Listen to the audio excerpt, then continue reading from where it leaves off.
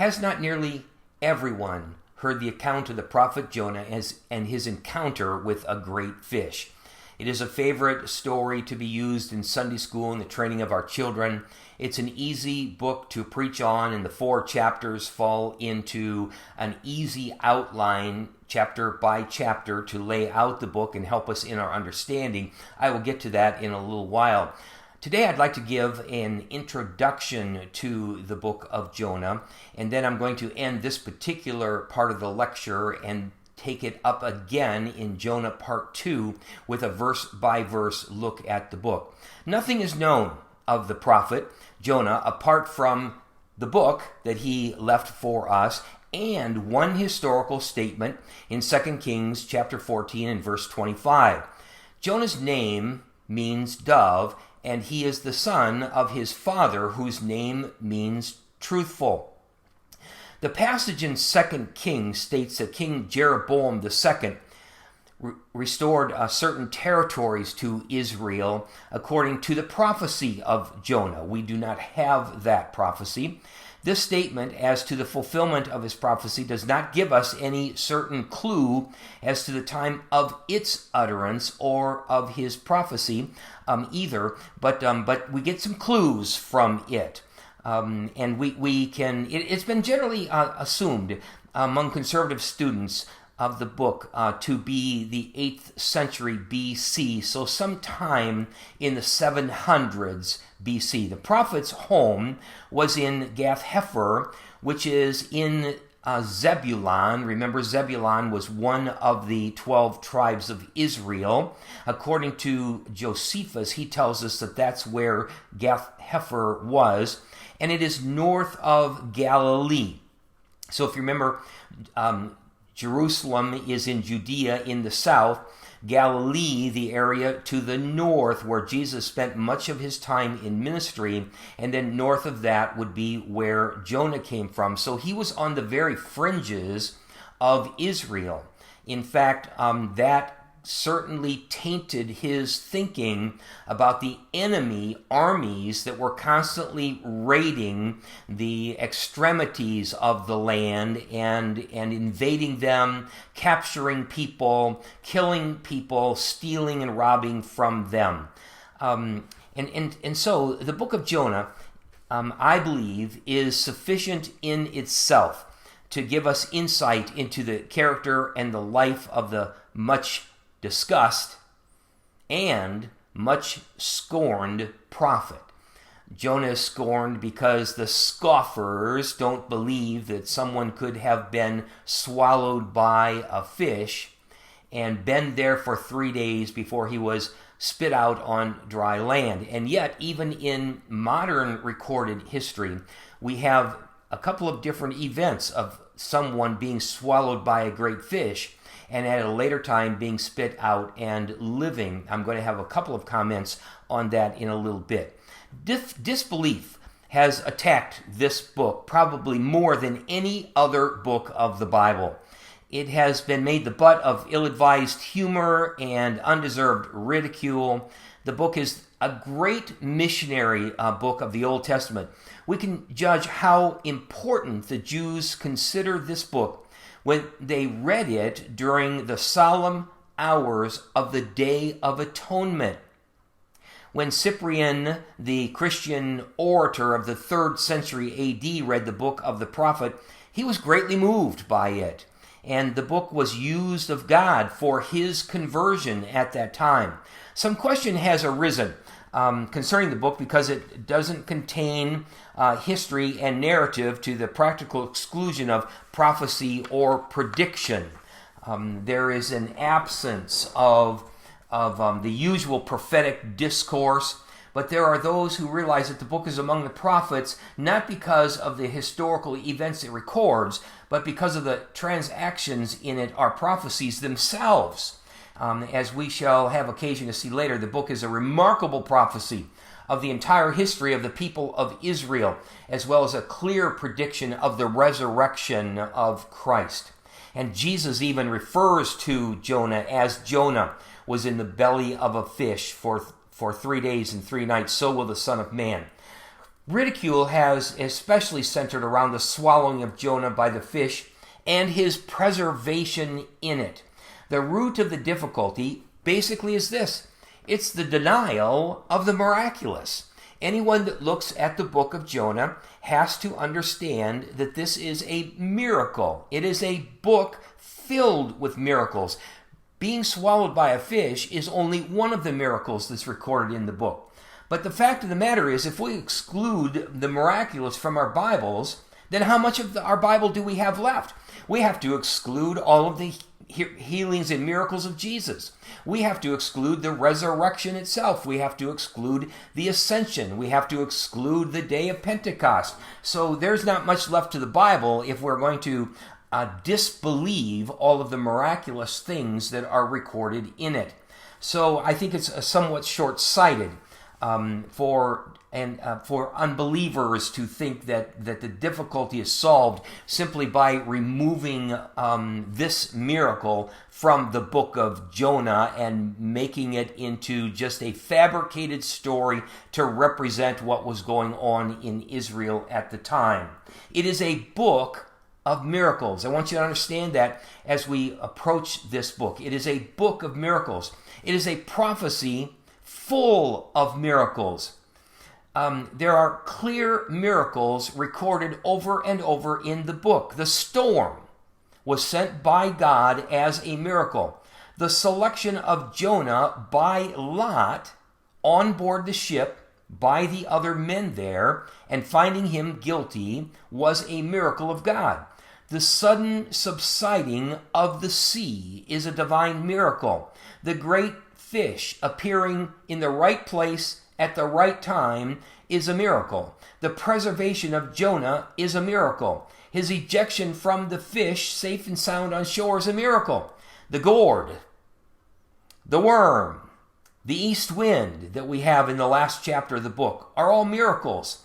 And by the greatest of all reckonings, the miracle of the repentance of the entire city of Nineveh, a city maybe 600,000 to 1,000,000 people. So the body of the book is basically an integral unit, like the human body. Cut it where you will, it will bleed. Wherever you look, there is a miracle. We have a trusting child of God, not afraid of the miraculous, for his God is the God of the miraculous. When you read it, if you are a trusting child of God, you understand God is divine.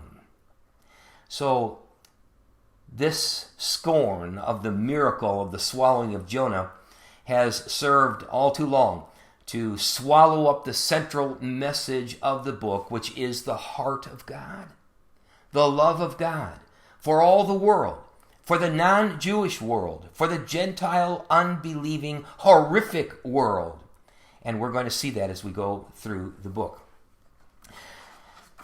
Jonah lived in a very difficult time. When Jonah was alive, the Assyrians were on the rise. Now, the Assyrians had a list of kings and conquerors. Shalmaneser is a man who is recorded in our Old Testament as a king of Assyria. His father, Tiglath-Pileser III, and the second was his grandfather, and the first was his great-grandfather, were the kings of Assyria. And we need to understand that the Assyrians were horrible. They were horrific people. And we have recordings that come from them and these days. Let me share from the annals of Shalmaneser, the king of Assyria in the 700s. And he writes, and this is from his own writings, he writes, "On the 13th day of the month, I left our capital city of Nineveh and approached the city of Bermarana and conquered it. We conquered the city and took their soldiers captive. Later we executed 300 of them with a sword. I built up pillars of the skulls of their dead at the entrance to the city. From there we moved to the area of Pakarabuni, and we turned the cities of that area into ruins. We covered the wide plain with the corpses of the warriors and executed another 1,300 of their soldiers with the sword. I piled up the dead of the city in a moat around the town. I dyed the mountains of the land red with the blood of our dead enemies. Now another statement from one of the kings of Assyria reads this. And this dates to the 8th century BC also, and the days of Jonah. The Assyrians were perhaps the cruelest people. I need you to understand that. The cruelest people in the history of the world, and maybe the cruelest people not only the history of the ancient world, but in the history of the world. And so these kings are described like this by a historian, and I quote, Assyria was a nation largely geared for aggressive war. Its atrocities were proverbial as the records and art left by its kings made clear. Though it could conquer the world, it proved unable to rule it. Its victims lay prone under tyranny, but no national spirit breathed into the corpus. No peace organization of any kind existed to keep the whole together. Assyria saw men and nations as tools to be exploited to gratify the lust of conquest and commercialism. Assyria existed to render no service to mankind. In the ancient world, about everyone thought the best thing that could happen to Assyria was that it would be defeated, that it would be destroyed. Everyone looked for the day when Assyria would fall, and any other king, any other emperor, any other empire was going to be favorable because Assyria was so often. No one would mourn its passing if all of its people died, and no one would miss them. It was precisely to such a people at such a time that the prophet Jonah was called to leave the northern kingdom of Israel and go to Nineveh to preach a message of salvation. Now you need to understand a little bit that there was not a Jew on earth who wanted to see the Ninevites saved. Not a Jew on earth who wanted to see God's heart of compassion and forgiveness extended to these cruel, cruel people. And the more you were on the fringes of the northern kingdom of Israel, as Jonah was, the more you were subject to the raiding parties, murderous parties of soldiers and warriors that would come from Nineveh and from the Assyrian army to wreak havoc upon men and women and children and crops and everything else. Now I want you to understand that it was not a salvation that allowed them intimate access to God as the Jews had. It was not a salvation that would bring them into the fold of the people of God. It was a salvation from retribution, a chance to save themselves from being annihilated. That's the message that Jonah took them. So the book has 4 chapters. Each one has its theme, but there's only one message in the book of Jonah, and the message is the message about the heart of God. Now, I want you to remember that Amos was a citizen of the southern kingdom who preached to the northern kingdom. Jonah is a citizen of the northern kingdom who preached to the Assyrians. Jonah was a citizen of Gath-Hepher, a town 3 miles north of where Nazareth would one day be in Galilee. He was the son of Amittai, my truth, or truthfulness. But we know nothing more about his father. He was a recognized prophet during the days of Jeroboam II of Israel in the northern kingdom. The dates for Jeroboam II are 782 BC to 753 BC. And so he was recognized and is recorded in the Old Testament as being a prophet alive and working in those days.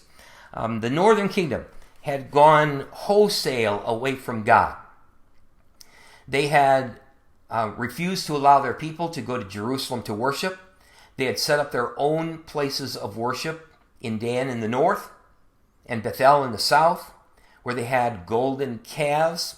And yes, they were still worshiping Yahweh God, but they were worshiping Yahweh God in the wrong way. God, in the first 2 of the 10 commandments, says you must worship the right God, and in the other commandment, and you must worship the right God in the right way.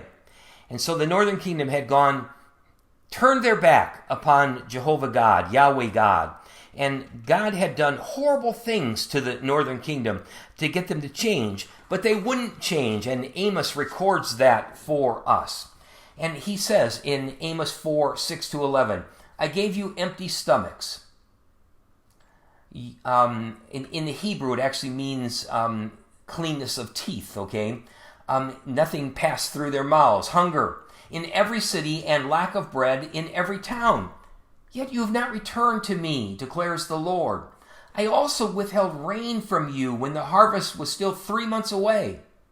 I sent rain on one town, but we withheld it from another. One field had rain, another had none, and dried up.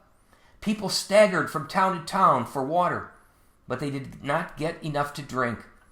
And yet you have not returned to me, declares the Lord. Many times I struck your gardens and vineyards. I struck them with blight and mildew. Locust devoured your fig and olive trees. Yet you have not returned to me, declares the Lord. I sent plagues among you as I did to Egypt. I killed your young men with the sword, along with your captured horses. I filled your nostrils with the stench of your camps. Yet you have not returned to me, declares the Lord. I overthrew some of you as Sodom and Gomorrah, yet you were like a burning stick snatched from the fire, yet you have not returned to me, declares the Lord. God has every reason to destroy the northern kingdom, but he did not. So in 2 Kings 14, verses 26 through 27, I believe, it says, the Lord has seen how bitterly everyone in Israel, whether slave or free, was suffering. There was no one to help them. And since the Lord had not said he would blot out the name of Israel from under heaven, he saved them by the hand of Jeroboam, son of Jehoash. So God sent the prophet Jonah to preach a message of success to the king of Israel.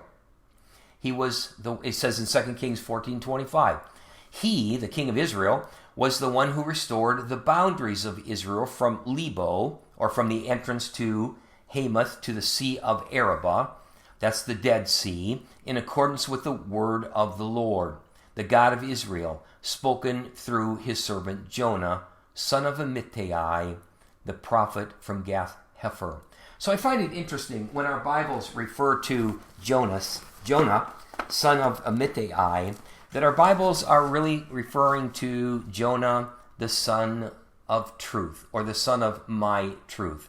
The word of the Lord came to Jonah, son of Amittai, go to the great city of Nineveh. Now let me just give you a little bit more background here, and then I'm going to be done with this part, and we're going to get into this verse by verse. But I want you to understand that there are a variety of outlines that we could use for the book of Jonah. Let me suggest 2 or 3 of them to you. Possibly chapter 1 of Jonah is death to self-will. Chapter 2, death to self-reliance. Chapter 3, death to self-interest. And chapter 4, death to self-justification. A very common outline that is often used for the book. Possibly another outline could be chapter 1, God's patient. God is patient with Jonah. Chapter 2, God is merciful toward Jonah. Chapter 3, God's power displayed through Jonah, and chapter 4, God's ministry to Jonah. I'm going to use a different outline when we come to the book. And basically, I'm going to use the outline that chapter 1 is running from God. Jonah, very clearly in chapter 1, runs from God. In chapter 2, we find him in the belly of a whale, and while he is not recording this in the belly of the fish, of the great fish, he writes this down later, but it is Jonah running to God. So chapter 1, running from God, chapter 2, running to God, and chapter 3 then follows suit with Jonah running with God, and chapter 4 concludes the book with Jonah running ahead of God. Let me just finish this introduction with a quote, that Jonah serves for us as a type of Israel. Israel was rebellious and was running from God. Jonah was rebelling against God and was running from God.